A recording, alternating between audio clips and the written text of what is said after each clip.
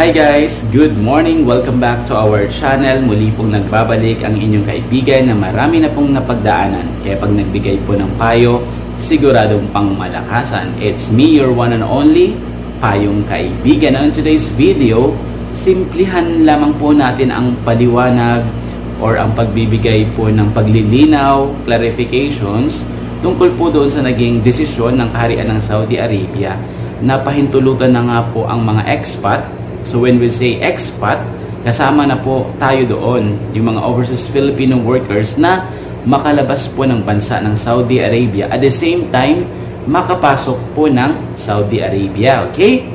And on today's video, magbibigay din po tayo ng latest advisory mula po sa Philippine Embassy in Riyadh. Okay? Patungkol po doon sa naging desisyon ng Saudi Arabia regarding lifting of travel ban. At the same time, meron din pong announcement mula po sa Consul General Ed Badajos mula of course sa Philippine Consulate Office natin sa Jeddah. Okay? At kung bago pa po sa channel ko, please don't forget to click that subscribe button at yung notification bell. Andyan lamang po yan sa baba yung subscribe button at yung notification bell para ma-notify po kayo pag nag-upload ulit ng video si Payong Kaibigan. Okay? So without further ado, let's move on guys. Doon po sa naging desisyon ng Saudi Arabia, mag-focus po tayo sa dalawang petsa, dalawang dates. Una po, September 15, that is kahapon po. And then yung pangalawa po ay January 1, 2021. So marami po ang nalilito. Siyempre kasama na po ako doon, including myself, kung ano nga po ba ang pagkakaiba ng dalawang petsa na yun. Guys, yung pinaka-keyword lang doon na dapat po nating tandaan, sa September 15, ibig sabihin po noon, gradual lifting of travel ban. Doon po sa January 1, ibig po sabihin doon, total lifting of travel ban. Okay? So, pag-uusapan po natin yung pagkakaiba ng gradual and total. Sa September 15, gradual po, ibig po sabihin ng gradual, unti-unti, dahan-dahan. Okay? So, iisipin natin guys, magpasalamat po tayo sa magandang balita dahil nga po nagdesisyon na po ang Saudi Arabia na i-lift gradually by September 15. Kasi guys, isipin po natin, nasa pandemic pa rin po tayo. Nagkataon lang na talagang maganda po yung naging record, yung performance ng Saudi Arabia sa pag-contain ng virus na ito. Kaya po napagdesisyonan nila na gradually, unti-unti, buksan na po nila ang kanilang international airports. Okay? Kasi guys, parang ihalintulad lamang po natin yan sa sakit. Diba? Pag may sakit po tayo at gumaling po tayo, diba, pinapauwi po tayo ng bahay. Sinasabihan nga po tayo ng nanay natin, mag-ingat ka kasi baka mabinat ka. Ganon din po yung naging approach ng Saudi government. Kaya nga po gradual kasi mamaya pag nag-total lift tayo, baka po tayo ay mabinat. At alam naman po natin guys na yung binat, mas delikado po yun sa mismong sakit. Okay? I hope you get the logic and then yung concept kung ano yung pagkakaiba ng gradual versus total lifting ng travel ban. Okay? At January naman po guys, ang sinasabi po doon, total lifting regardless kung ano man pong means of transportation yan, via sea, via land, or via air, as in back to normal na po tayo by January 1. At iisipin po natin yung gradual po kasi not necessarily mean na nagsabi na po si Saudi government na ito, magbubukas na po kami, makakauwi na yung mga Pinoy sa Pilipinas at makakabalik. Siyempre, hindi lamang po doon nakadepende yun guys, ang mga pangyayari. Iisipin din natin kung ano yung sitwasyon sa Pilipinas. Unlike po sa Saudi Arabia, alam po natin na kabaliktaran ngayon ang nangyayari sa Pilipinas. Diba? Napakataas pa rin po ng kaso ng COVID sa Pilipinas. So ang tanong, kung yung desisyon po ba ng Saudi Arabia na magpauwi na ng mga expats, Ganun po ba kahanda ang ating Philippine government na tanggapin po yung pag-surge? Ang ibig po sabihin ng surge ay yung biglaang pagdami or pagtaas ng bilang ng mga uuwi na OFWs. Siyempre, pag-aaralan din po nila yan. At kung pag-aaralan po nila, doon din po naka-base yung mga logistics, di ba? Kaya, not necessarily nga binuksan na, ay balik din po sa full operation ang mga flights. O, di ba? So, sana guys, ayun, may nakuha po kayo doon na kahit konting sustansya at laman tungkol po sa difference noong September 15 and January 1, 2021 na mga petsa. Okay? So, let's proceed guys sa naging important advisory or notice mula po sa Embahada ng Pilipinas sa Riyadh. Okay? So, babasahin po natin ito. So, yun nga po guys, ang paunawa po, ang pakiusap po ng Consul General natin sa Jeddah ni si Sir Ed Badajos. If gusto nyo pong makarinig ng mga ganitong balita, they are requesting all of us to go straight to the source. Okay? When we say source, dalawa lamang po ang talagang pinaka-authority when it comes to valid and legit source ng mga OFW news. Doon na po tayo pumunta sa mismong gobyerno natin para safe na safe po tayo. So, dalawa po yan. Yung may Facebook page po ang ating Philippine Embassy sa Riyadh. At pangalawa po, yung ating Philippine Consulate Office sa Jeddah. So, when it comes to valid, legit information, bisitahin nyo po yung dalawang Facebook page na yan. And I'm sure very updated po sila sa pagre-release ng mga informations, lalo na po sa mga repatriations, ongoing repatriations, chartered flights, and at the same time, ito tungkol sa mga news na ito na nakaka-apekto po sa mga kababayan natin. Okay? So, ito po, basahin po natin. Pagpapahintulot sa paglalakbay ng mga dayuhan mula at tungo sa kaharian ng Saudi Arabia. So, Riyadh, ika-16 ng Setyembre, taong 2020. Ipinapaalam ng Embahada ng Pilipinas sa Riyadh na pinapahintulutan na ng gobyerno ng Saudi Arabia ang paglalakbay ng mga dayuhan. When we say dayuhan, yun po yung mga expatriates. Okay? Tinagalog lamang po nila. Mula at tungo sa kaharian. Ibig sabihin po, from and to Saudi Arabia. Ang paglalakbay ay, ayan, simula ika-6 ng umaga, kahapon, ika-15 ng September 2020. So, nag-start na po yung gradual lifting. Yesterday, 6 o'clock in the morning. Okay? Kinakailangan lamang na sumunod ang mga dayuhang manlalakbay sa mga alituntuning ito. Okay? So, meron po silang binigay na 4 po na guidelines na dapat po nating sundin in observance po doon sa binigay nga po na desisyon ng Saudi Arabia. Una, mayroon dapat valid visa. Okay, guys? Mayroon dapat valid visa. It's either exit and re-entry, work permit, ikama or resident permit, o visit visa ang malalakbay. So, dapat guys, syempre, make sure na lahat po ng ating mga documents ay valid. Dito po, na special mention ang ating visa. Dapat valid po siya para po tayo ay payagan na makapag-travel regardless if palabas or papasok ng bansa. Kaya nga po, I think a week before noong nirelease po ng Saudi Arabia, 'di ba, inextend po nila yung mga what do you call this, re-entry visa nung mga expatriates na nasa labas ng bansa na naabutan po ng lockdown. So, yun po yung pag-connect noon. So, kung talagang marunong po kayo magbasa ng mga storya, dapat in anticipation doon, in-extend po nila yung visa kasi eto na nga po, may magandang balita po sila na nilabas para sa atin lahat. Okay? Ang pangalawa po, pagpapakita ng negatibong resulta sa pagsusuring PCR. Ibig sabihin, dapat po negative ang result ng ating PCR test na isinagawa ng isang subok at aprobadong pasilidad at nang hindi lalagpas ng 48 oras bago ang takdang pagdating sa kaharian. Okay?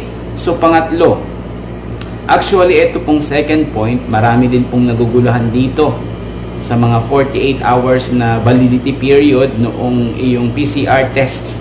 So mamaya may follow up tayo doon. Okay? So pangatlo, pagsunod at pagsasailalim sa mga alintuntunin ng Saudi Ministry of Health para mapigilan ang pagkalat ng COVID-19, di ba? Alam naman po natin na I think weeks before nilabas po ng Saudi government itong desisyon po nila, yung Saudi Airlines po, ang national carrier ng bansa, naglabas na po sila ng guidelines. So, ibig sabihin guys, ayun na po ay parang premonition na po yon, yung guidelines na yun ng Saudiya, na talagang yung gobyerno po ng Saudi ay at least kahit papaano handa na po sila na buksan ang kanilang international airport. Okay? At yung pang-apat, hindi saklaw ng pagpapahintulot na ito ang mga alintuntunin sa paglalakbay na ipinapatupad para sa mga dahilan na walang kinalaman sa pagpipigil sa pagkalat ng COVID-19. Okay? And then, nais bigyan diin ng imbahada na ang mga Pilipinong nagnanais maglakbay patungong Saudi Arabia ay kinakailangan ding sumunod sa mga alintuntunin ng pamahalaan ng Pilipinas sa pagpapadala ng mga manggagawa sa ibayong dagat at sa iba pang uri ng paglalakbay. Okay? So, yun po yung ibig sabihin ko kanina na hindi lamang po yun nakadepende sa kaharian ng Saudi Arabia. Siyempre, pag sinabi po ng Pilipinas na stop muna, hindi po muna kami magpapalabas, so wala naman pong magagawa si Saudi Arabia kahit nagbukas na po siya. Siyempre, dalawa po yan. Dalawa pong nag-uusap na bansa, yung Saudi and yung Philippine government. Hindi lamang po basta susunod yung Pilipinas pag alam naman po niya na sobrang napakadelikado yung gagawin nilang desisyon. Okay? And then, in line with this, meron din pong naging pahayag ang ating Consul General sa Philippine Consulate Office sa Jeddah, si Sir Ed Badajos. Sabi po niya, actually may nakita po kasi akong parang an ambush interview ng isa din pong kasama nating vlogger na si Amir Walid, and then kasama po nila doon sina Nins M.TV and then si RTV, kung saan talagang very helpful ang kanilang naging interview kay Consul General Ed Badajos. At the same time, sinabi po doon ni Sir Ed Badajos na nagpapasalamat po siya sa mga kagaya natin mga vlogger, kina Mr. Walid, Amir Walid, kina Nins M.TV, kina Art, at sa lahat pa po ng mga vloggers dito sa Saudi Arabia na nagtatalakay po ng mga ganitong balita. Kasi ang sabi po niya, hindi lang po kakayanin ng ating Philippine Embassy, ng Consulate Office natin sa Jeddah, yung pagbibigay ng mga ganitong klaseng information sa mga kababayan nating OFW. Kasi 'di ba, yung reach po nila very limited lang. Kaya syempre, yun on that note, 'di ba? Ito po pa yung kaibigan ko din sa mga kasamahan kong vloggers, napakalaki po ng ating responsibility na ginagampanan sa pagbibigay ng mga ganitong klaseng balita sa mga kababayan natin. Okay? Kasi kumbaga dito po nakadepende ang desisyon nila. Kaya guys, I'd rather advise you na pag hindi po tayo sure, wag na lang po natin i-vlog, di ba? Kasi malay natin, instead of being part of the solution, ay makapag-create pa po tayo ng confusion doon sa mga kababayan natin. Hindi ko naman sinasabi na totally sa mga kababayan natin na mag-rely lamang po kayo sa mga vloggers. Gaya nga po ng sabi ni Sir Ed Badajos, go straight from the source. At ang source po natin ay ang Philippine Embassy natin sa Riyadh at yung Philippine Consulate Office natin sa Jeddah. Kaso nga lang po, minsan kagaya nyo rin po ako, na kahit po may mga nire-release na advisory, parang hindi ko po masyadong na-absorb yun pag hindi po natin pinag-uusapan. Kaya doon po malaki ang function, ang role ng mga kagaya ko na vloggers. Kaya, yun nga po, paalala lang po sa mga kagaya ko ding na vloggers, ingat-ingat lang po tayo, dobling ingat po tayo sa pagbibigay po ng ating statement. Kasi minsan, kahit man po maganda po ang ating hangarin, pero syempre, tao lamang po tayo. Diba? Pwede po tayong magkamali. Diba? Yung ating pag-translate, yung pagkaintindi po natin ng mga advisory, pwede po tayong magkamali doon. Okay? Kaya, ayan guys. Ito po ang naging statement ni Sir Ed Badajos. Clarification tungkol sa international flights to and from Saudi Arabia.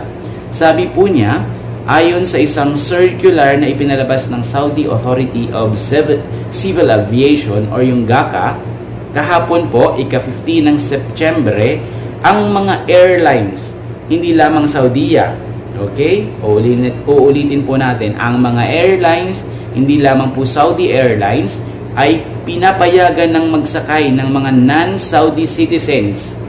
Ibig po sabihin, mga expat po yon at kasama po tayo doon ng mga overseas Filipino workers na may valid visas.